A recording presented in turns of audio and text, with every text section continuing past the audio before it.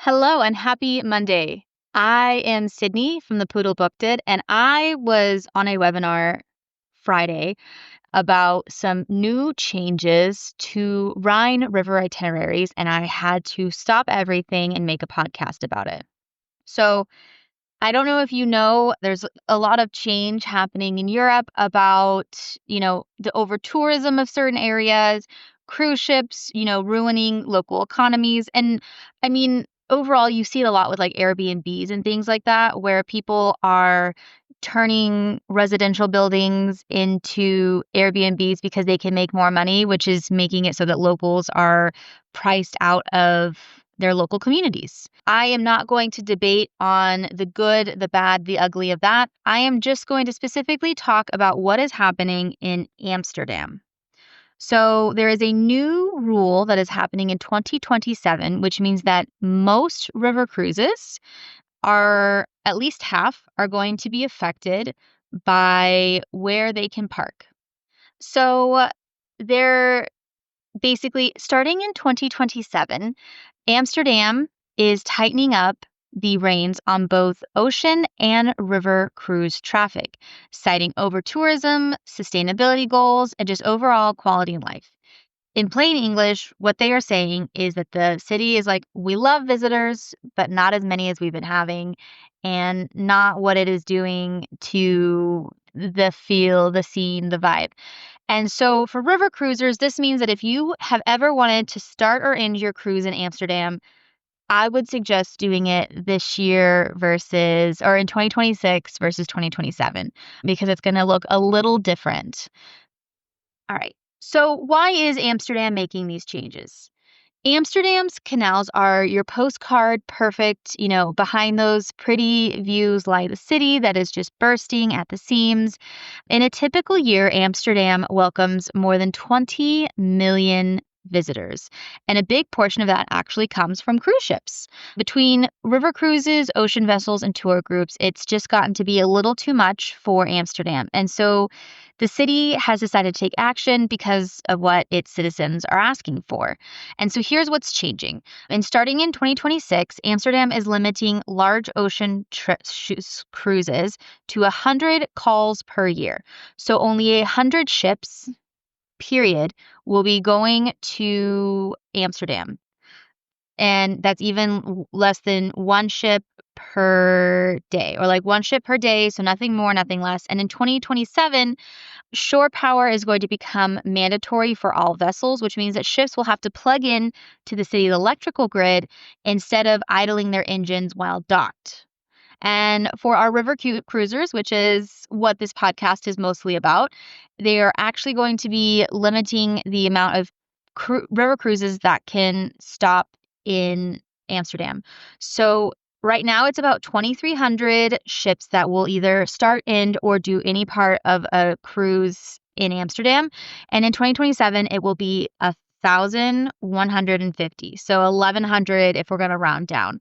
That is cutting that number in half, which means that a lot of those river cruises, and I've started to see it where a lot of river cruises are now ending in Cologne, but they're actually going to also be ending, like, to still get Amsterdam, ending the trip in like Rotterdam and things of that nature.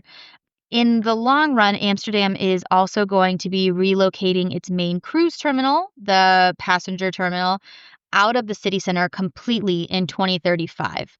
And this is part of a broader effort to curb emissions, reduce noise, and make sure locals enjoy their own city.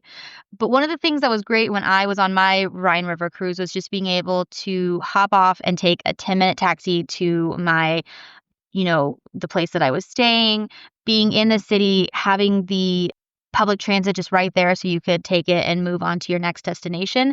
And that is not going to be the case starting in 2027 for most of them. I'm not going to say that it's not something that can happen on your trip, but I'm just letting you know that it is a possibility that the river cruise that you're looking at taking, if you're wanting to go 7 and do the Rhine, is going to be affected by this rule. So, who's affected and how cruise lines are adapting? So, There isn't anything super official yet on who's doing what and where. I have heard that Uniworld for sure is going to be moving their ships to Rotterdam, and that is actually 50 miles southwest of Amsterdam. So without traffic, that's 1 hour, and during rush hour, it's going to be 90 minutes to and from your destination. And one of the things about river cruising is you are definitely going to want to be, or the sales pitch is that you are close to the city. Now, I will tell you, not every destination on the river is just like you walk out and you're there, but a lot of them are within 15 to 20 minutes drive max to get to those city centers.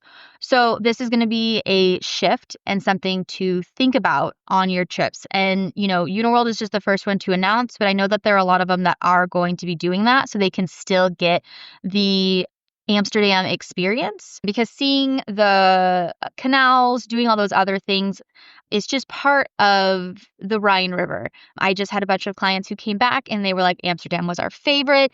The hotel, which is actually the background on my screen, was just super fabulous. And so wouldn't be surprised in the next couple of months you see a lot of other river cruises who are making that same decision to move out of Amsterdam because of how much it's going to cost to get one of those exclusive spots, how it's going to affect how long you're going to stay in the city, and all of the other new regulations that haven't been figured out that are going to affect this. So you're going to have a lot more coach transfers and things of that nature. Rotterdam, I'm not saying is a bad place. It is a modern, it's a spacious port. It's easy for logistics, for buses, for luggage, because, Amsterdam is a compact city. So when you're there, it is definitely not like the ports are just how it is. And that's going to be one of those things. But it's not the iconic typical experience, which is Amsterdam or getting off and being in Amsterdam. It's going to add time to your day and things of that nature. So those are things I had to just jump on and kind of talk about this because I think it's going to affect a lot of people. And I have had a lot of clients who were like, I'm looking at 2027. And so if you were looking for the Rhine, I would either push that up or expect to have different transfer. And then when I do that, I would expect to spend a couple of days in Amsterdam, either before or after your trip, so you get to enjoy the city versus having to deal with all of these sort of issues that are going to be happening now. And so when get off, you're like, oh, I'm going to be able to explore here. It's just going to have it's going to have at least 2 to 3 hours of travel time round trip. Now, let's talk about what is like this uniform shift. So, for years that I've been selling, the Rhine River almost looks identical. Amsterdam to Basel, Basel to Amsterdam. That has been the bread and butter route for decades. And with these new rules that Amsterdam is imposing, things are about to get creative.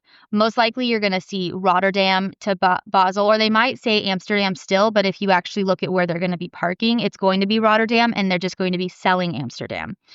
You're also going to see a lot of shifts to, as I talked about, Cologne, Dusseldorf, Utrecht. So these are going to be areas that are close to or might be completely where we're not even going into the Netherlands. And it might be more that Amsterdam is the land extension to a river cruise rather than docking there. And it's going to be adding that additional time. And so while these changes might be, inconvenient, it might be exciting. So you're going to see some fresh routes. If you're starting in Cologne or Dusseldorf, you might get an extra city that is not on a tour now. There's probably going to be some new partnerships on how they can expand the Rhine. As we get a lot more ships in, they're all going to be looking for newer destinations to stop at so that there aren't so many ships in port at each time. And I say that when there's only a max of 190 people. So on average, it's 150 people per ship.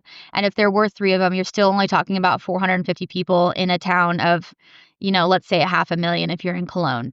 But it still makes a difference. And it's still just like the inconvenience of finding parking, because the more ships there are, the less local park, like in destination parking there's going to be, and things of that nature. So while the classic Amsterdam is disappearing, it isn't disappearing, it's evolving. And we're going to be seeing a cut of over half of those ships are now no longer going to be going to Amsterdam. So what does this mean for you, right? The bottom line is, if cruising from Amsterdam has been on your bucket list, you can't wait. You can't wait for 2027 unless you want to do an extensive pre or post after your trip. 2026 will be the final full season before the limits take place. And 2027 we'll be seeing a mix of how ships are doing it.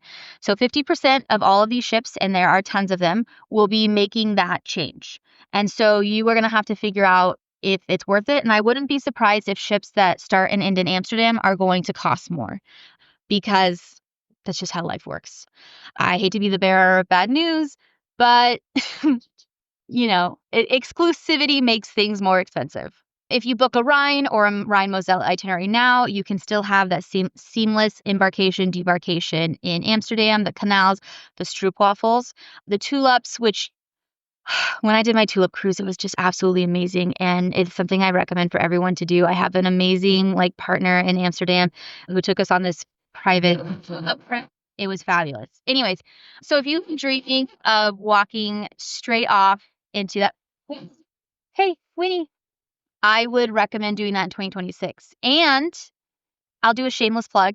If you're wanting to experience it with me, I will be hosting a Rhine and Moselle river cruise on Avalon August 29th, 2026. So I'm going to slide right into that thing.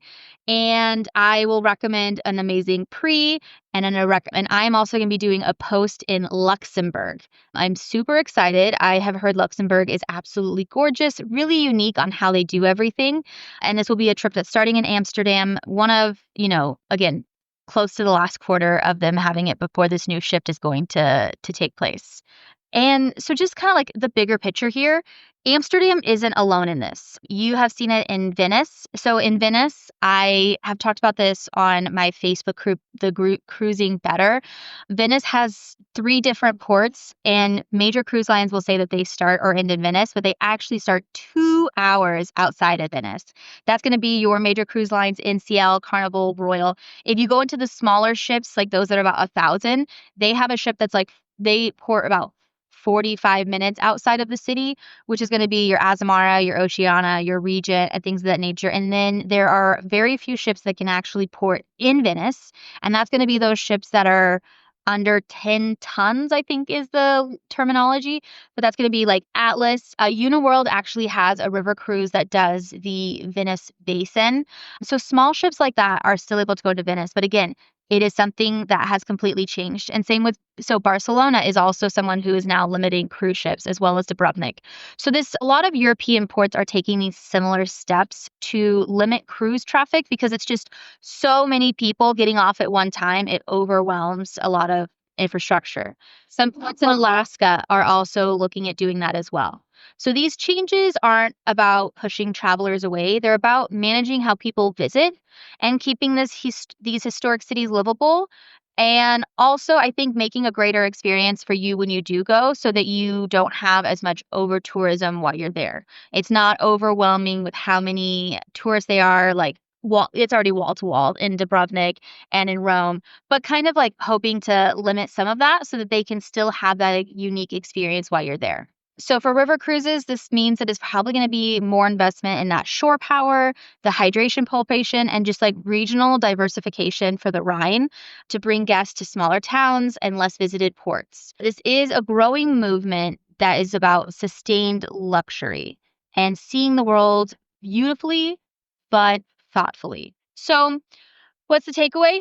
In 2027, half of the river cruises that are in Amsterdam today are not going to be in Amsterdam January 1, 2027, which means that you are going to have a different experience. It's not going to be any less magical. I love river cruising for what it is, but it is going to be a different experience. And if that Amsterdam is on your list, you're going to have to expect to spend a couple of days before or after, or expect an hour to 2 hour drive, depending on if you're going to be in traffic to get to Amsterdam to experience the canals, the stroopwafels, and just what Amsterdam is. If you want that classic, in Amsterdam canal side send-off, 2026 is your year. If you're curious about what all this means for specific cruise lines, reach out to me. I'll walk you through the differences, the logistics, and how to make the most of the embarkation city. Because as I've always said, the booking is just the beginning, and I am here to walk you through every step of the process when it comes to your next river cruise or any of your next vacations. So thank you so much for listening to this little side podcast that I had, because I just wanted to share all this information with you guys so that you're aware. I appreciate all of you guys listening. And if you want to share this with a friend, or if you have any questions, please reach out to me. I am here for you